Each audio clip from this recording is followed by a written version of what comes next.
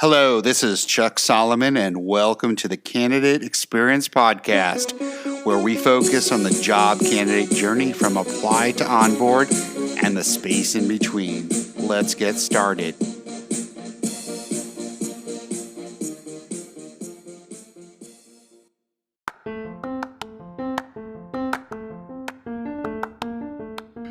You care about the candidate experience, but have you ever wondered exactly how to bring your company to that next level and offer a world-class experience to your candidates? It's not easy. Fortunately, Candidate.fyi can help. Their solution guides candidates through your hiring journey, enhancing transparency and communication at every touch point. You'll also gain valuable insights on what's working and what's not with your hiring process. Best of all, it integrates directly with your ATS. Head on over to Candidate.fyi and see how to transform your company's candidate experience today.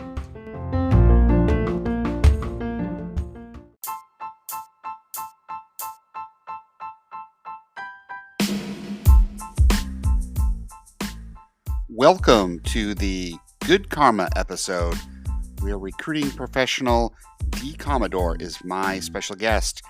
Listen in as she shares her insights on the job candidate experience.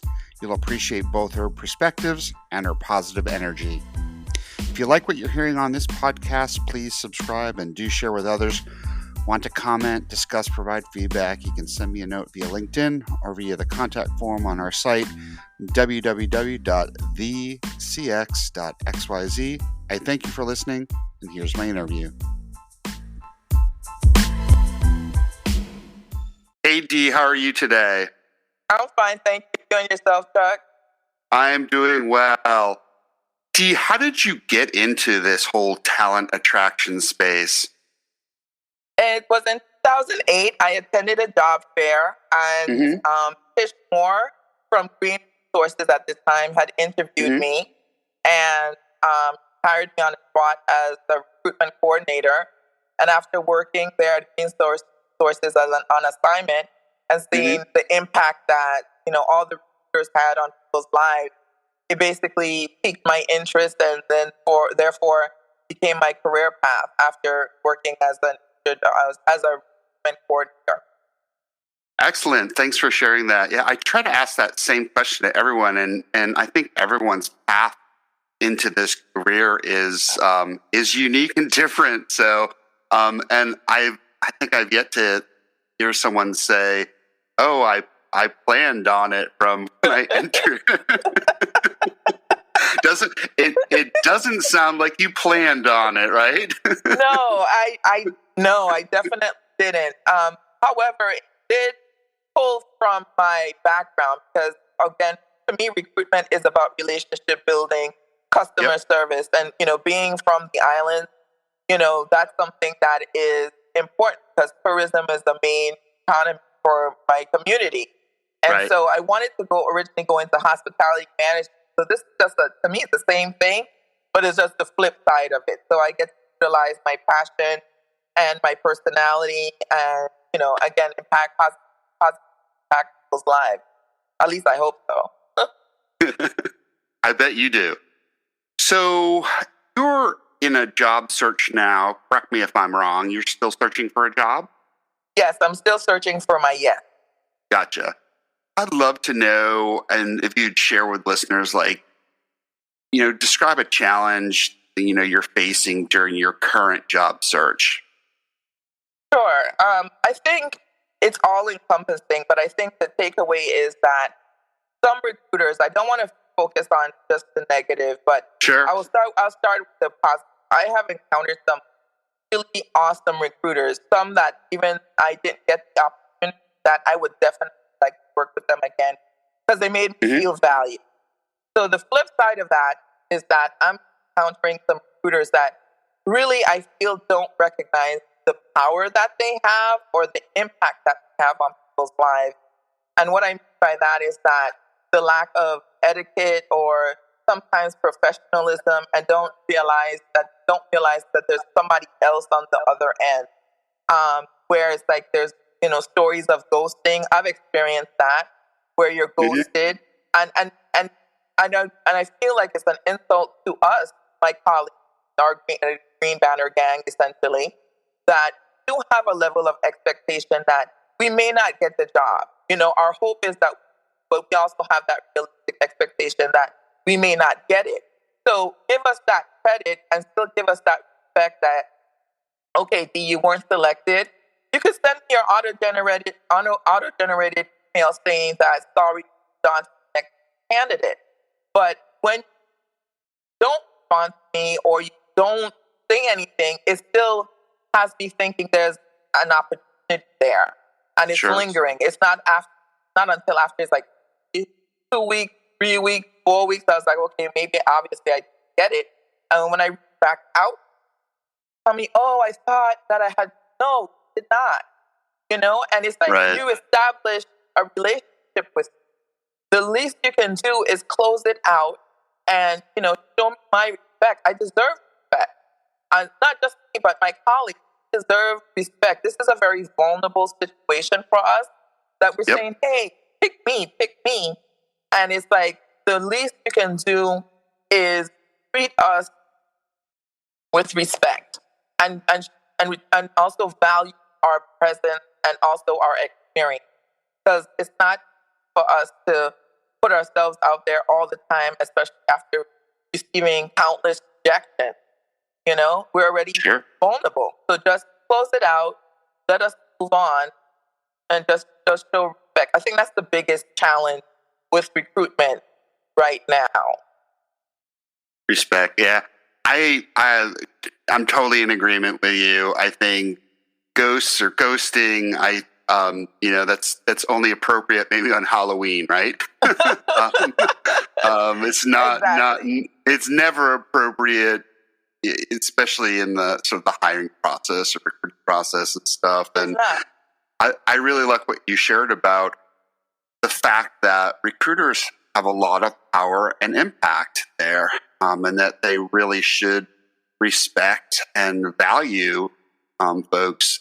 They might post one job thing and they might get 200 people applying for it. Only one person gets hired. But what about the remaining 199? So exactly. I think what you said about, like weeks later, you haven't heard anything. And I mean, I think it is common courtesy just to close the loop.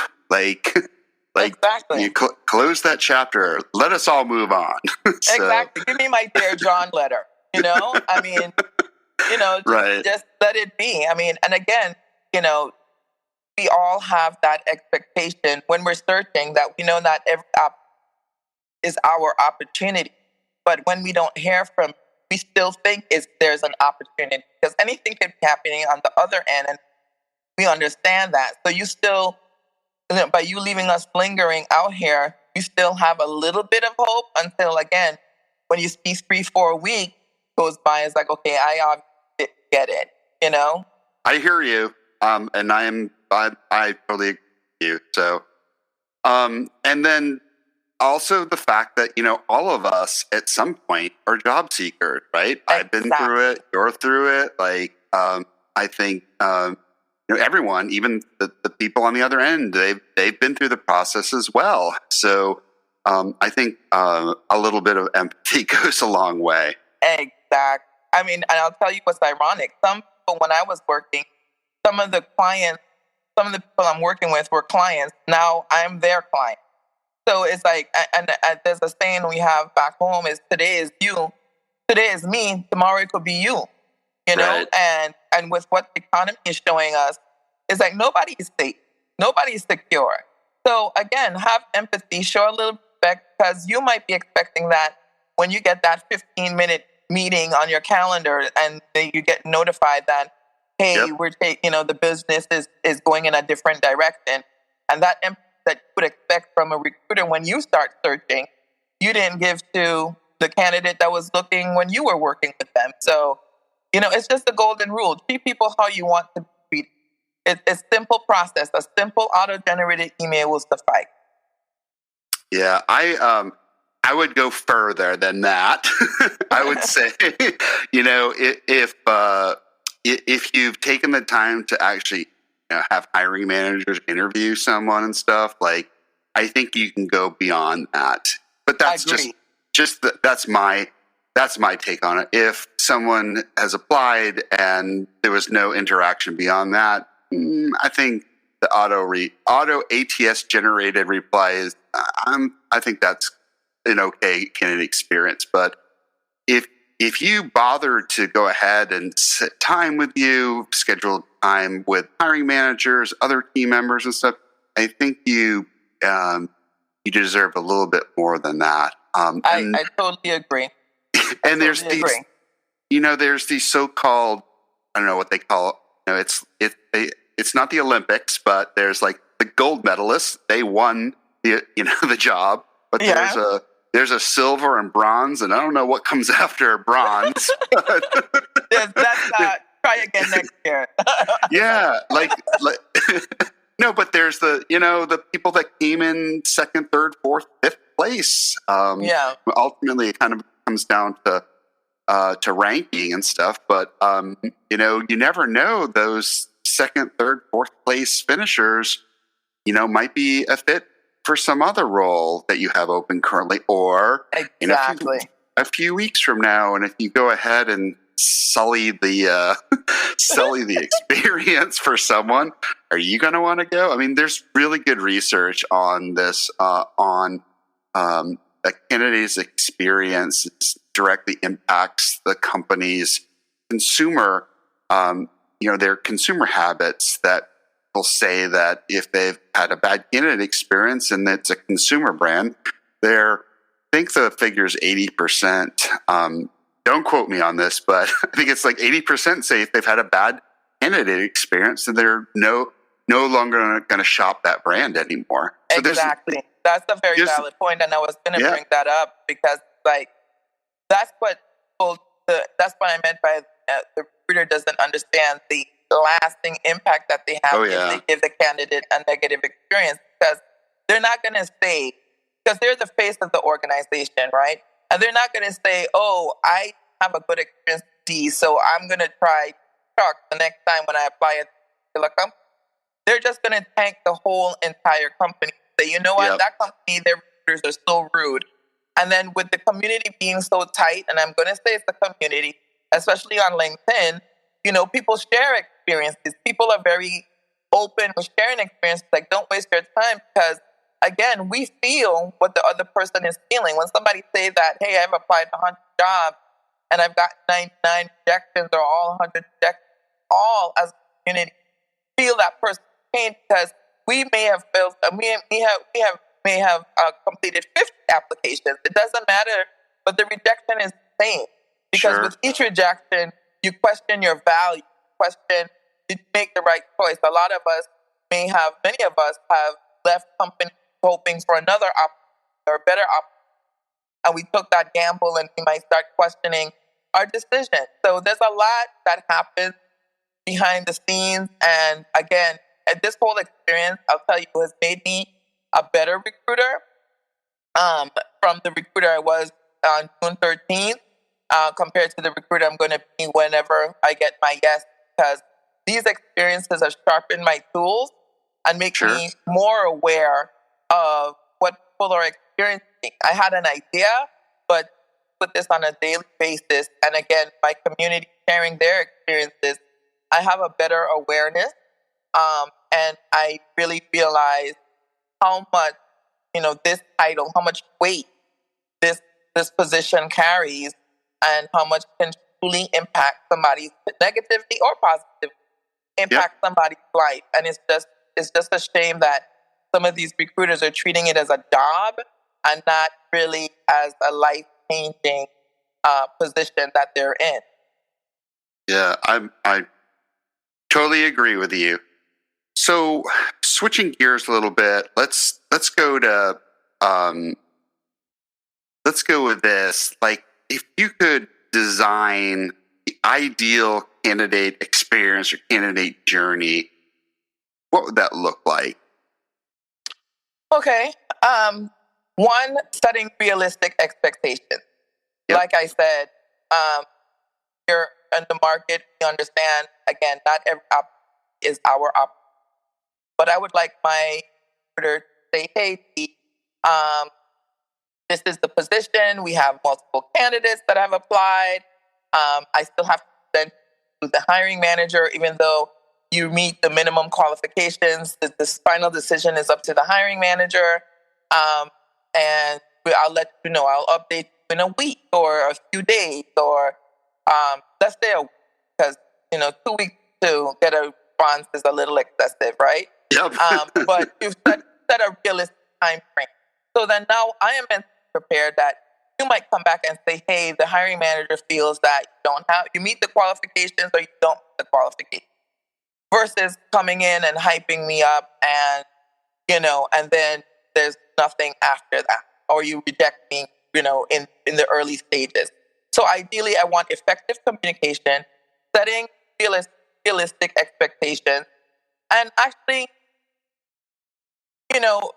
develop a relationship, especially if you engage me, build a relationship with me, because that's what it is, because even though it's not my opportunity, I might say, hey, I had a great experience with Chuck. Chuck, this is Sheila, and I would like to refer Sheila for that position. So it's an ongoing relationship. And I might be able to, Chuck might be able to bless Sheila, even though I wasn't the right candidate for the position.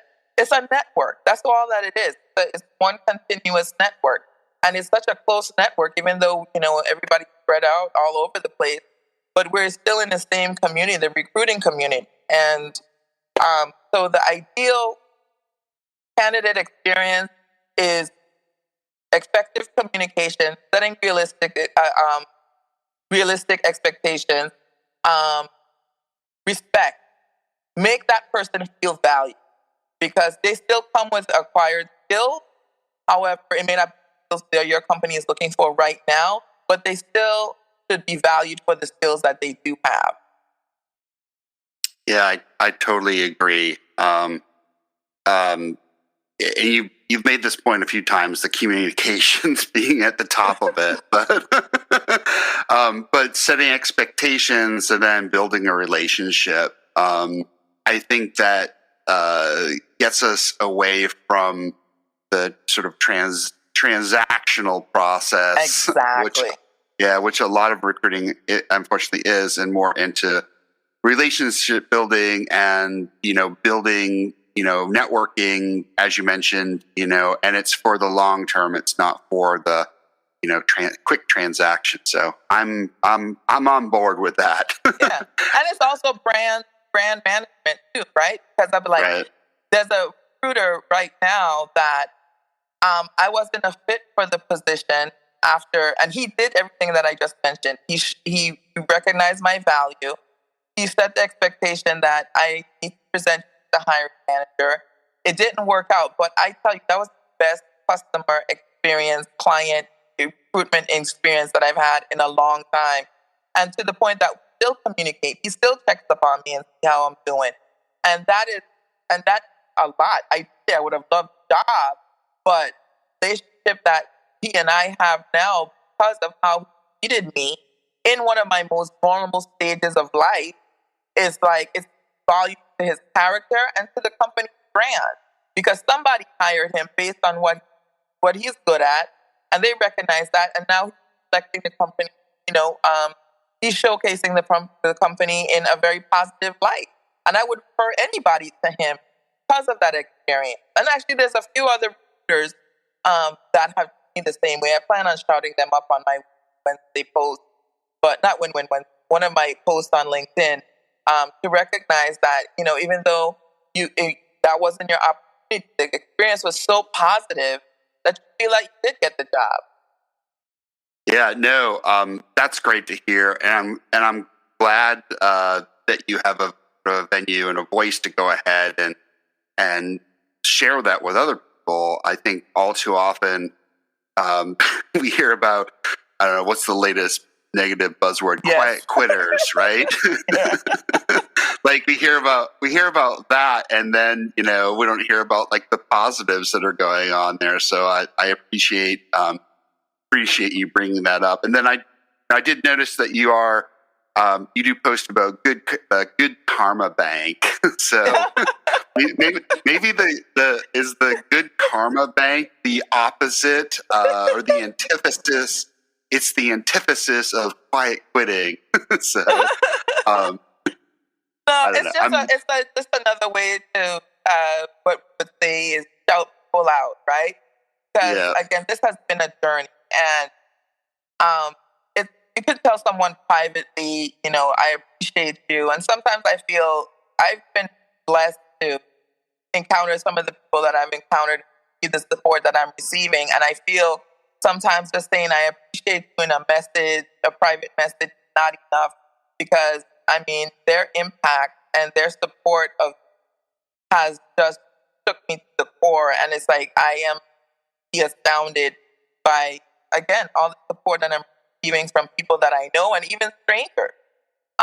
And so that's why it made me think. I was like the good karma bank because it's all about what you put out, what you're gonna get. And so people that take the time to pour into me and say, "Dee, you're doing a good job. I wish you the best," even if they don't have opportunities for me, but just again carrying me on is like, hey, I wish I'm sending you a withdrawal. I mean, I'm taking a withdrawal and sending good karma your way because you didn't have to do that.